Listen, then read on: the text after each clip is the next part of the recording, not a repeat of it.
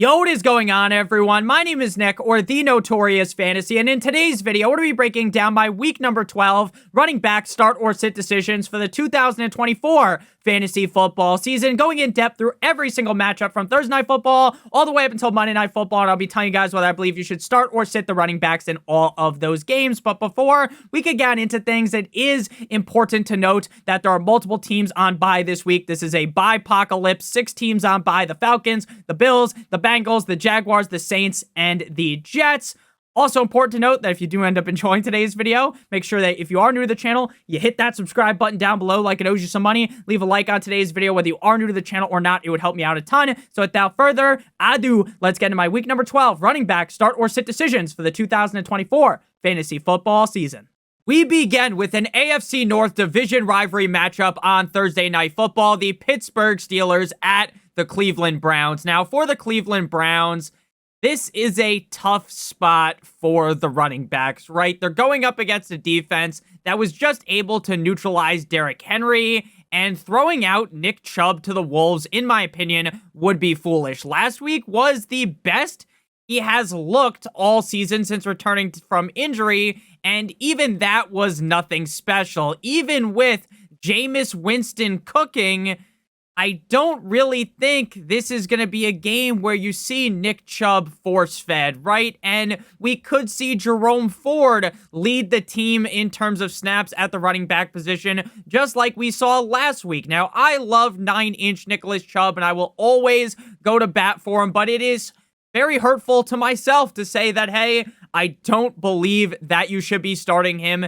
As of right now, we may just get a similar performance to what we've seen, which is fewer than 6 fantasy points in 3 straight games. Again, I hope Nick Chubb goes out here and balls. I hope he has a huge game, but based on what we saw last week, there's really no need to risk it with Nick Chubb. For Jerome Ford, as I just said with Nick Chubb, Jerome Ford F-150 outsnapped Nick Chubb, and not only did he outsnap him, he outperformed him by a slight margin. Against the Steelers, neither of these Cleveland running backs are startable. For the Pittsburgh Steelers, Najee Harris has been a top 20 running back in 5 straight games. While not every game has been this crazy, insane in the membrane performance, he has looked so much better compared to early on in the season. The matchup on paper here is far from easy, but with how Najee has been playing, he deserves to stay as a low-end running back too, even with the increase of workload for his running back mate, Jaylen Warren. Now, if you are getting hit with the bye-pocalypse, like how John Jones hit Stipe Miocic on Saturday, then Warren is a fine substitution, right? If your team is getting spinning kicked to the chest, like what happened to Miocic, then yeah, you can play Jaylen Warren. He's going to play around 40% of the snaps and get like 10+ touches. Just like I talked about with Najee, though, this matchup is far from ideal, which is why I have left Warren off of the start-worthy list. But again, if you're down astronomical at the running back position, if you got hit with the left, the right, the left, the right, the left, and the right again, you got hit with the fucking combo like you're playing Mortal Kombat by your running backs being on bye week, then sure, you can play Jaylen Warren. But again, he's far from an ideal start. Next up, we move to the 1 p.m. slate on Sunday, the Kansas City Chiefs at the Carolina Panthers. Now, for the Chiefs, this is a tricky situation, right? Isaiah Pacheco is expected to be healthy for Week 12, but the report is that it will be a coach's decision, Andy Reid, if he gets to play or not. Since they're playing up against the Panthers, I don't think you need to pull out every trick in the book and have Isaiah Pacheco out there. I don't think they need to unleash him just yet. In Week 13, they play up against the Raiders on Black Friday, and that to me seems more likely as the return for Pacheco, as Hunt has looked really solid. But again, that is just a theory, right? That's just my opinion. Based on where we're sitting right now on Tuesday, there isn't enough concrete information out there to say Pacheco's playing or not. So if Kareem Hunt is in, you are going to play him as a high-end running back too. I fully understand that he ended up shitting the bed up against the Bills last week, but the offense should be able to bounce back up against the Panthers, and Hunt should be able to be his normal self, which is like a fringe top 12 running back. because of the amount of targets he could see in any given game. Now, if Pacheco plays, you're also going to play Pacheco. And if you're at a bad spot, if Pacheco starts, you could play Hunt. But here, assuming that Pacheco is out, Samaje Perine and Carson Stop the Steal will operate as the RB 2A and 2B. Neither of them really see enough work to quantify playing either of them, even up against the Panthers that allow the highest amount of points on a per-game basis to the running back position. For the Panthers, Jonathan Brooks is expected to make his return this week. And even with his tape at college looking like prime Abella danger with how beautiful it was, chef's kiss magnifique for Mr. Chuba Hubbard, or for Mr. Jonathan Brooks, I apologize.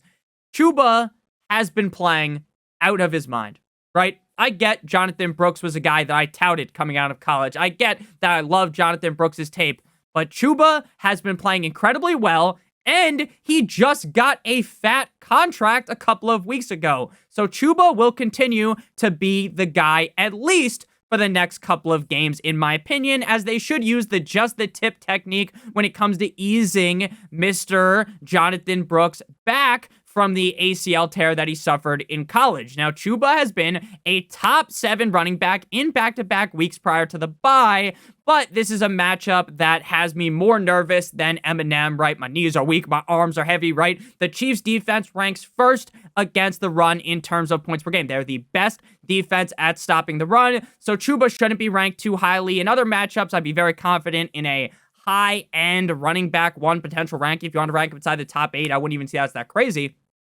But he's a mid-range running back 2 due to the matchup. Jonathan Brooks is coming off the IR, and I'd be shocked if he saw more than around 8-ish touches against one of the best run defenses in the NFL. This is far from an ideal game to return, and it is clear you need to be sitting Brooks. Next up, we move to the cold like Minnesota Vikings at the Chicago Bears. Now, Akers ended up outscoring A.A. Ron Jones last week due to Akers being the guy that ended up finding the end zone. Jones had his worst game of the season up against the Titans, scoring just 5 fantasy points. He has still been able to be a guy that sees a lot of touches, right? He had his typical 15 plus touches in that game, even though he ended up being a disappointment. So there's really no need to panic after just one down game, as Aaron Jones has been very solid this season. And with his production being on a bit of a downward spiral recently, though he's still getting the touches, just not playing as well, I believe Jones should be able to finish not necessarily as like this top 5 guy, because I'm not going to sit here and be like, wow, I'm enamored with this matchup up against the Bears, but I think he should be able to be a high-end running back too, and if things go his way, he could end up scooching his way into being a low-end running back 1. Now, just like I said with Aaron Jones, Akers was the better of the 2 backs last week because he was able to get a receiving touchdown. Jones is still the guy, though, so I think that Cam Akers belongs on the pine. For the Bears, Swift has been super reliable this season, following him being nothing short of absolutely fucking trash. Shout out Oscar the Grouch in weeks 1 through 3. Swift was the running back 13 last week up against the Packers with 14 carries for 71 yards and a touchdown with 2 receptions for 13 yards as the running back number 13. The Vikings matchup, though, here is not good. It's actually quite bad for a guy like DeAndre Swift, especially since this is the fucking Chicago Bears offense that we are talking about.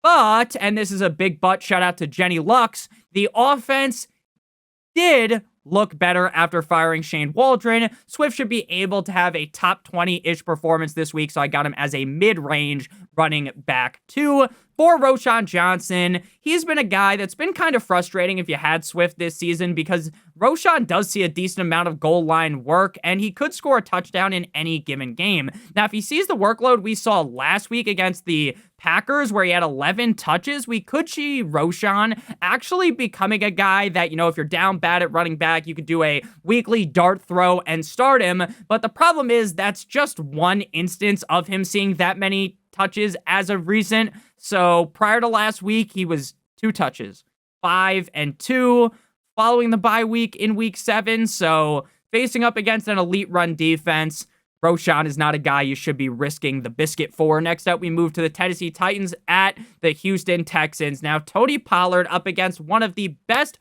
run defenses in the National Football League. Tony Pollard was on the struggle bus last week with less than 5 fantasy points. Now, he faces another tough matchup, right? It's not like, oh, he had this really tough matchup. Now it's a cupcake matchup. No, it's the Texans, who rank 6th in fewest points allowed per game to running backs. So I don't have a lot of conviction with banging the drum for Tony Pollard as this elite running back or as even a top 24 running back. Now, there are much brighter days ahead, right? After this week, he goes up against the Commanders, the Jaguars, the Bengals, the Colts, and the Jags again. So he has a wet dream finish to the season.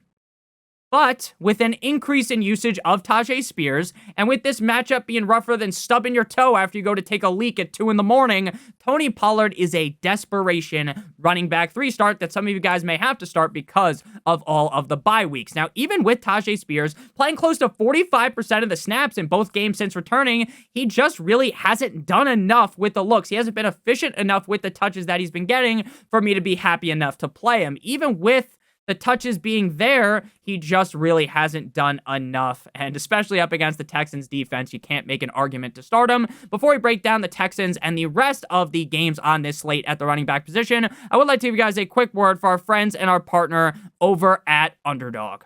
If you are a new user to Underdog and sign up using promo code Notorious, you will receive a free pick, which tonight is going to be Stephen Curry higher than half of a total point, plus a first-time deposit offer of up to $1,000 in bonus cash. Now, if you're watching this after the day it's released on Tuesday, you'll be able to get a different free pick, which is either going to be an NBA player higher than half a total point or an NFL quarterback higher than half of a total yard. So you match that with any other player playing in the NBA or in the NFL not on the player's team. And if you hit both of your picks, you will get 3 times what you put into your pick'em. You put in multiple other picks, they all have to hit, but you receive a higher payout. So make sure you guys check that out. Promo code Notorious, or click on the link in the video description. If you're a first-time depositor for a free pick plus a first-time deposit offer of up to $1,000 in bonus cash. So back on to the Texans. You're starting Joe Mixon, right? I know. What an epiphany that is to have, right? Joe Mixon hit the Cowboys defense with the 619 Rey Mysterio in Jerry's World on Monday Night Football. This motherfucker had 20 carries for 109 yards, and not 1, not 2, but 3 touchdowns with 2 receptions on 4 targets for 44 yards as the running back 1. Mixon has been a beast this season when healthy. 6 of 8 games that he's played, he has been inside the top 8. And in all reality, it's really 6 of 7, because in one of the down games was week 2, where he exited early up against the Bears in prime time with an injury. Mixon has been one of the most consistent running backs in fantasy football. And honestly, he might be the most consistent running back in fantasy football. He is a clear top 5 running back, in my opinion. Dare Ogunbowale, even with the Texans hitting the Cowboys harder than Muhammad Ali hit George Foreman, Ogunbowale had just 1 touch. So even when the Texans are raining hell on their opponent, Ogunbowale is barely seeing any touches, so he'd be lucky to see 3. So he belongs on waivers unless you have Mr. Mixon. Next up, we move to the Detroit Lions at the "This is our Colts, this is our team, we bleed blue." This is a matchup that is very interesting because can Anthony Richardson stay in the heat? Can Anthony Richardson truly put up multiple games in a row that are actually good? So we shall see, especially up against a tough Lions defense. Now, Jahmyr Gibbs and David Montgomery are the greatest duo since Ratchet and Clank. Last week, up against the Jaguars, Jahmyr had the Jaguars defense looking more clueless than my stepsister when she is stuck inside of the dryer, right? 11 carries for 69 yards, very nice, I like, and a touchdown with 1 reception for 54 yards as a top 10 running back. With how smooth the Lions offense is, and with this matchup up against the Colts being great, shout out Tony the Tiger, I expect Gibbs to finish inside the top 10 yet again as a top 8 running back. And even with Jahmyr Gibbs running a train on the Jacksonville Jaguars, Montgomery one-upped him. He played even better. The man had 15 carries for 75 yards and 2 touchdowns with 3 receptions on 3 targets for 20 yards as a top 5 running back on the week. Now, I hope that everyone in the comment section, Nick, you can't draft David Montgomery. He's the running back too. Jahmyr Gibbs is going to do all this. Nick, Montgomery can't be productive again. In the comment section, everyone bitching and moaning, Nick, you're an idiot.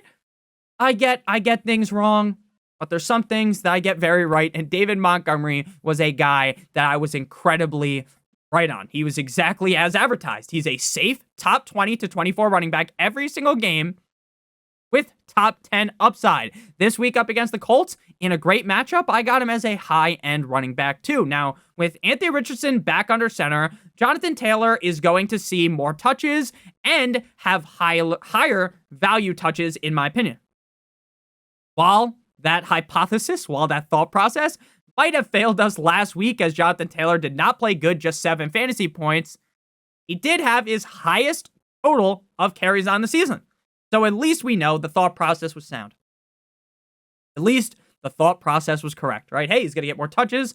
It didn't work as well, but going forward, I think that Jonathan Taylor could really become like this staple top 8 guy. The Lions defense is elite against the run, so Jonathan Taylor can't be ranked there. He's more of a lower end running back 1 on the week, but I still do think with Anthony Richardson under center, Jonathan Taylor has more value. Now, Trey Sermon, you can't play him, right? Jonathan Taylor is a workhorse running back. Sermon would be lumpy.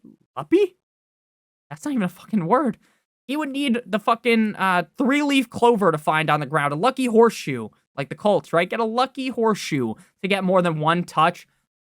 Clear sit. Unless you have JT, you shouldn't even be rostering him. Next up, we move to the New England Patriots at the Miami Dolphins in the 305 Dale. Now, Devon Achane had a dud against the Rams 2 weeks ago, Monday Night Football, Week 10, right?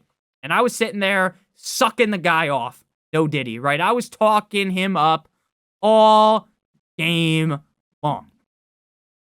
Or all week long, I guess, right? And even during the game, I was like, dude, Achane's going to figure it out. I'm telling my dad, telling everyone on Twitter, it's okay. Don't worry.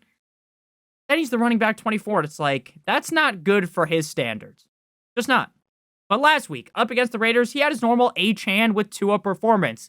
He was a top 6 back with 17 carries for 73 yards and a touchdown, going 4 of 4 like he was at Wendy's in the receiving game for 32 yards. Achane has been nothing short of amazing, like Barry Bonds on roids with Tua Tagovailoa under center, and I expect the hot streak to continue up against the Patriots, who have a not-so-good run defense, as a locked and loaded top 5 performer, in my opinion. For Jalen Wright, it appears that Raheem Mostert has lost his job as the running back 2 on the team. 0 carries and just 2 catches in Week 10 against the Rams, and just 3 carries last week against the Raiders. Wright got 6 touches for a grand total of 6 yards, so it may not be completely over for Raheem Mostert, but as of right now, I wouldn't touch either guy with a 10-foot pole. Now, Ramondre finally last week broke the narrative that I have been spewing about him all season. Prior to last week, every game for Ramondre was either boom or bust, right? It was either the guy was going to eat like he's Jabba the Hutt, or he's going to be so bad that you can't sleep at night because you were disgusted that you started him. Last week, he was a top 20 back with 20 carries for 73 yards and 4 receptions on 4 targets for 16 yards. The Miami Dolphins run defense has played better as of recently, but we all know deep down, this is a defense that is going to get plowed by a guy like Ramondre Stevenson, who was the running back 4 last time earlier on in the season up against the Fins. So I do got Ramondre as a middle-of-the-road running back 2 that I might talk myself into ranking him even higher. Antonio Gibson has basically gotten cucked by JaMycal Hasty. Now, it's not a full cucking, but JaMycal Hasty is seeing enough touches to where even if you love the matchup up against the Dolphins, you could not play Antonio Gibson. Next up, we got the Tampa Bay Buccaneers at the New York Football Giants. Now, Rachaad White has had 2 completely different seasons inside of the same season. Prior to the injury, he was very bad. He was not productive at all. But ever since he came back from the injury, he was feeling dangerous, right? He has had 2 top 5 performances, and all 4 of those games after the injury, when he returned, he was a top 24 running back with 4 straight games with a touchdown or more. I expect yet another top 24 finish as a low-end running back, too. I like this spot up against the Giants, and I think coming out the bye week, Rachaad White, Bucky Irving, they're going to form an Eiffel Tower over that Giants defense as respectable top 24 backs. Now, while Rachaad White does definitely have more name value, right? Prior to the season, everyone knows Rachaad White. Not too many people were all high and mighty on Bucky Irving, but both of them, despite, Bucky not being this household name, at least for fantasy football, they're both valuable assets, right? Even with so many injuries to this offense, Baker Mayfield has kept this team incredibly competitive and has allowed both of these running backs to flourish. Bucky has been a top 18 running back in 4 of the last 5 games. Against the Giants, both Rachaad White and Bucky Irving should be able to be low-end running back 2s. If I had to play one or the other, I would lean with Rachaad based upon his receiving upside, and he kind of has just more burst, more big play upside, but both of the guys are definitely startable inside the top 24. But again, if I had both, I was like, Nick, would you rather play White or Bucky? You can only play one or the other. I would lean with Rachaad White. Now, for the Giants, prior to the bye in Germany, Tracy was rock solid. Shout out to Geodude. The man was the running back 13 with 18 rushes for 103 yards, and a touchdown with 1 reception for 1 yard. The hope here is that Tommy DeVito is able to lift the offense up, right?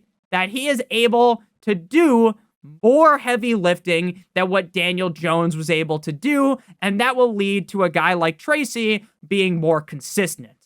But we live in the real world. We live in a real situation.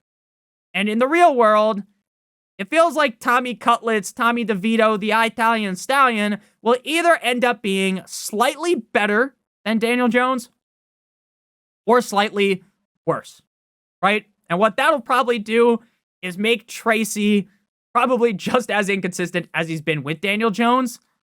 But here the Buccaneers allow the 5th most points per game to the running back position. So even with my worries about consistency for Tyron Tracy, he's a top 12 back for me on the week. Now, Devin Singletary is about as useful as using a condom when you're jerking off. And honestly, that is kind of rude because he is a little bit better than that. But with Tracy taking the reins of the backfield, he should see around 30% or fewer of the snaps. So he's not a guy that I would want to be playing, even with Tommy Cutlets maybe adding some spice to this offense. Next up, we move to the Dallas Cowboys at the left hands up. Who are we? The Commanders. The final game taking place at 1 p.m. Eastern Standard Time. So for the Cowboys, Rico Dowdle, you might just get hit with Dorico McMillan, is at the mercy of the Cowboys offense.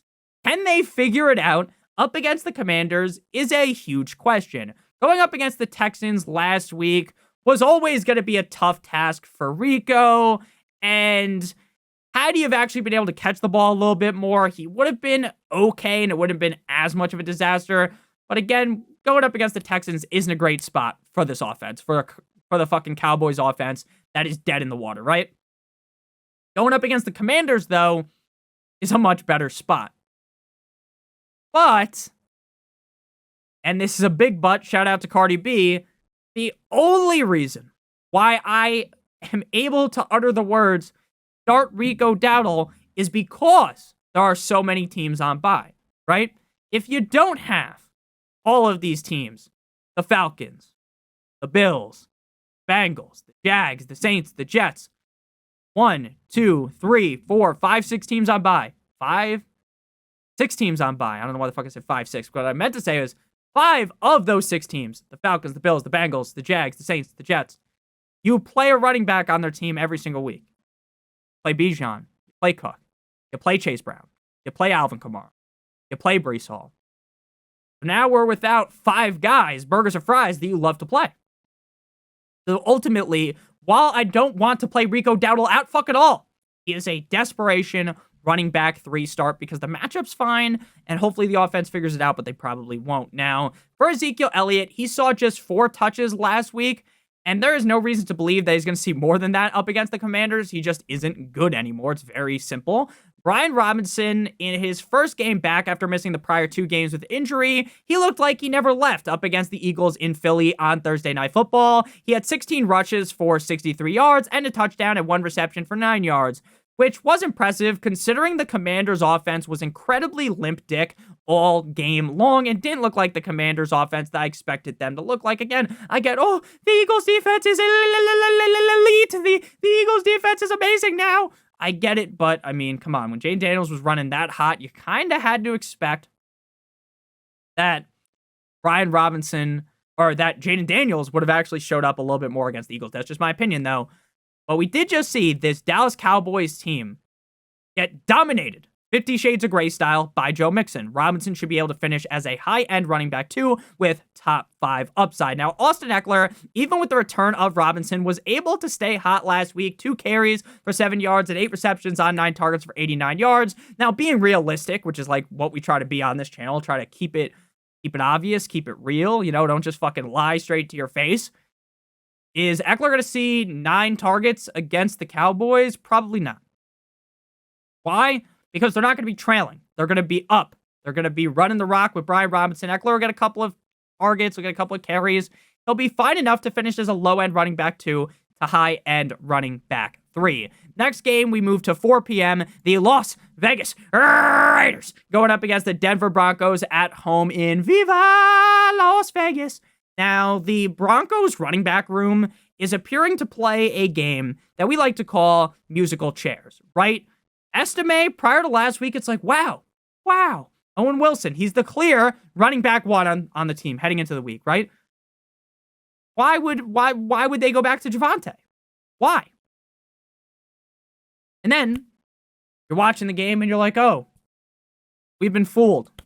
We've been led astray. We've been run amok. Because Javonte had 9 carries for 59 yards and a touchdown with 4 receptions on 5 targets for 28 yards in a blowout up against the Atlanta Falcons. This showing gives me absolutely zero confidence in Javonte Williams because they could easily just go back to Audric Estime, right? And if 6 teams weren't on bye, like we just previously discussed, I would tell you that starting Javonte Williams and thinking it will go well is like DMing the chick with the huge rack, Sydney Thomas, from the Jake Paul fight, and DMing her on Instagram and expecting her to answer back. Javonte is a dart throw running back 3 start. He can take advantage of the matchup. Question is, will he? Audric Estime, if you told me that the Broncos were going to bounce the Falcons' head off of the canvas, winning 38-6, and that Estime would have scored 5 fucking points, I would have told you that is impossible. Sean Payton was sucking off Estime, like how Dana White has been sucking off John Jones for years. And still, he had 6 carries for 16 yards and 3 catches for 9 yards. I wouldn't be shocked at all if the script flipped and Estime was the one getting all the carries this week. And honestly, I don't want to play the guessing game. I don't want to. But with all these teams on bye, I'm going to take my 360 shot off the top of rust on Javonte to finish as a running back 3, and for Estime to not do that. Now, Amir Abdullah for the Raiders may end up being the lead back here in Vegas, with Madison dealing with an ankle injury and Zamir dealing with a quad injury. These are both scenarios to monitor as they impact the value of all the players here. If Abdullah gets the start, he does have enough burst to run or catch a pass and take it to the crib. We saw that last week. But ultimately, assuming Abdullah is the starter, I would rather just pass on this awful situation in a far from ideal matchup. Now, Dylan Lobb is a guy that I liked coming out of college. I thought, hey, you know what? If something goes wrong in Vegas, maybe he could get the chance. And here, if both Zamir and Madison miss, he will be the running back 2. And Lobb is a very talented pass catcher. But I think the team's going to lean more with the veteran over the rookie. So Lobb would be a sit as well. Next up, we move to the 49ers at the Green Bay Packers, one of the most interesting games of the week. Now, McCaffrey continues to kind of just get his sea legs out from underneath himself. As he's been coming back from the injury, he just really hasn't looked like his old self. Now, he scored 14 or more points in back-to-back games, so there's really no need to panic at all.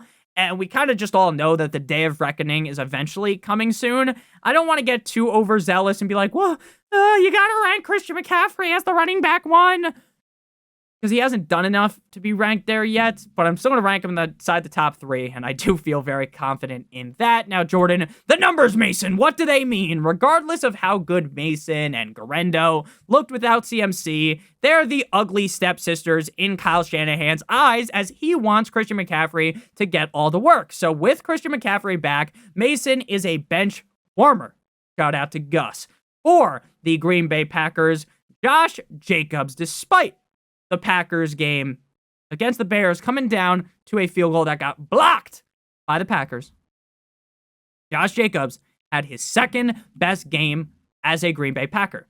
Top 6 finish with 18 carries for 76 yards and a touchdown with 4 receptions on 5 targets for 58 yards.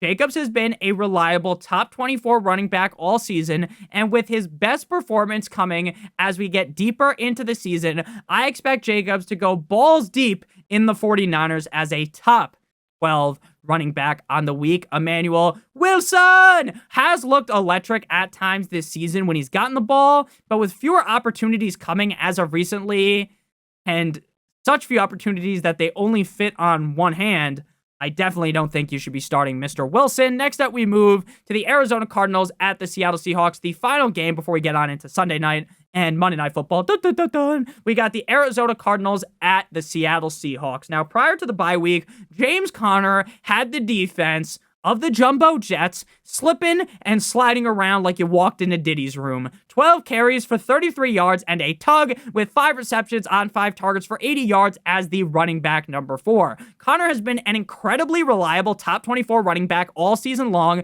and with the Cardinals team on a hot streak ever since Black Ops 3 came out undefeated, I expect Conner to drop shot the Seahawks defense, who gets plowed by the run on the weekly as a low-end top 10 back. For Trey Benson, he's looking like the second James Conner leaves this team or gets hurt, knock on wood, we don't root for injuries, he could be a league winner, averaging over 5 yards per carry over the last 4 games.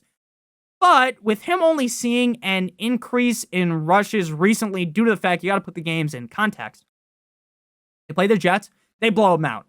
They play the Bears, they blow them the fuck out. So the reason why he's getting more touches is because they're beating the ever-living shit out of the defense, and then he gets to come in. Now, could that happen against the Seahawks? Yeah. Shout out LA Knight. But more than likely, that probably doesn't happen, so I think Benson belongs on the bench. For Kenneth Walker, against the 49ers in Santa Clara, Kenneth Walker III snapped his dry spell of scoring touchdowns, which he didn't do over the prior 2 weeks. He had 14 carries for 54 yards and a touchdown with 2 receptions on 2 targets for 5 yards. The Cardinals defense is the 8th worst against the run in terms of points per game, so I expect Walker to dick the Cardinals defense down like his name was Mandingo as a crystal clear top 8 running back. For Zach Charbonnet, just like Benson, he's a great handcuff. He is in a great position to keep your head above water for your fantasy team if something was to happen to Walker. Knock on wood. Though, where we are sitting right now, with Walker healthy, he is unstartable. Now we move to, cause you waited all day for Sunday night, the Philadelphia Eagles at the Los Angeles Rams. Now, Saquon Barkley was as dominant up against the Commanders on Thursday Night Football as the Bulls in the 90s. This man had 26 carries for 146 yards and 2 touchdowns with 2 receptions on 3 targets for 52 yards. While there's always the threat that Jalen Hurts is just going to come on in there and steal his touchdowns away, with how hot the Eagles are running as of right now, Barkley should be a top 5 running back every single week in your rankings. Now, Kenneth Gainwell really only sniffs the field if the Eagles are laying the pipe down like an Italian plumber named Luigi, who also just so happens to live in a mansion. Now, he hasn't scored more than 8 points this season. And even if this game ends, right, the Eagles are up 30-0, what guarantees you that that game will actually scores 10 points? The answer to that is nothing. So we're not going to play him. For the Rams, Kyren Williams has been in a scoring drought over the last 3 games. And for a guy that lives in the end zone, Kyren not scoring over the last 3 games has really been a shock. Kyren is still getting fed, so the tides are bound to shift eventually. But with this game being a tough spot for a running back, he is a fringe top 12 running back. Again, fringe, close to the top 12, might end up in the top 12 mainly because there's so many teams on bye. Blake Corum racked up his second highest amount of snaps played on the season against the Patriots with 10. Round of applause, right? But that led to 6 total touches. With him being a 5 or fewer touch guy most weeks, he belongs on your bench, just like he's always on the bench in real life. Final game here. Monday Night Football, the Baltimore Ravens at the Los Angeles Chargers. Now, Derrick Henry put up his worst game last week against the Steelers in Pittsburgh. The whole offense was stuck in neutral, and honestly, the whole team was a big disappointment. I know the matchup was tough, but I expected the Ravens offense to be able to overcome that. Henry had 13 carries for 65 yards for 5 yards a carry. Now, the Chargers defense allows the third lowest amount of points to running backs on a per-game basis, but when you have Derrick Henry, it doesn't matter if he's going up against the Navy SEALs, the Chargers, the Raiders, the Dolphins, the Bills, the Chiefs, the fucking Hamilton Tiger Cats from the CFL, the Roughnecks from the XFL. It don't matter. You do not matter. You're playing Mr. Derrick Henry inside of the top 8 running backs. Big Justice Hill had 4 receptions on 7 targets for 28 yards and had 2 carries for 13 yards. Even with above average usage, he still failed to score 10 fantasy points. This feels like the game script that the Ravens are close or they're leading, so it doesn't really seem like the kind of game where Justice Hill sees too much work. For J.K. Dobbins on Sunday Night Football up against the Bengals, I was pondering, and I was thinking, has J.K. Dobbins had sexual intercourse with Harbaugh's wife? Why did I think that? Because why? Why are you using Hassan Haskins on the goal line? Why? Now I get Dobbins punched the ball in at the end. Why are we giving usage to Haskins when you have fucking Dobbins and the Gus Bus? Dobbins had 2 touchdowns in that game. He was a top 12 running back. He had 11 carries for 56 yards and 2 touchdowns with 1 catch for 3 yards. Gus and Haskins' usage is very annoying. But ultimately, Dobbins is the guy. 73% of snaps, Edwards 16%, Haskins 9%. Now, the Ravens defense been pretty disappointing this year. Middle of the pack against the run. I think Dobbins should be a middle of the pack, a middle of the road running back too. For Gus Edwards, he had 6 carries for 27 yards, and one of these days he's gonna score and vulture one of Dobbins' touchdowns. I'm gonna punch my fucking television in front of my family, and my wife's gonna leave me. But we know the team wants Dobbins to be the guy, like I previously alluded to, so we can't play Edwards right now, especially with Haskins rearing his ugly head out there and getting goal line work. So thank you guys all so much for watching. If you did enjoy, make sure you guys hit that subscribe button down below like it owes you some money. Leave a like on today's video. It helped me out a ton. Check out Underdog promo code Notorious to get your free pick plus a first-time deposit offer of up to $1,000 in bonus cash. Make sure you guys check that out. Again, tonight is going to be Steph Curry higher than half a total point. I love you guys more than you'll ever know. Check out one of the videos on your screen if you haven't seen them already. Hit that subscribe button, hit that like button. Have a great one. Shout out Wayne Gretzky. And as always, good boy.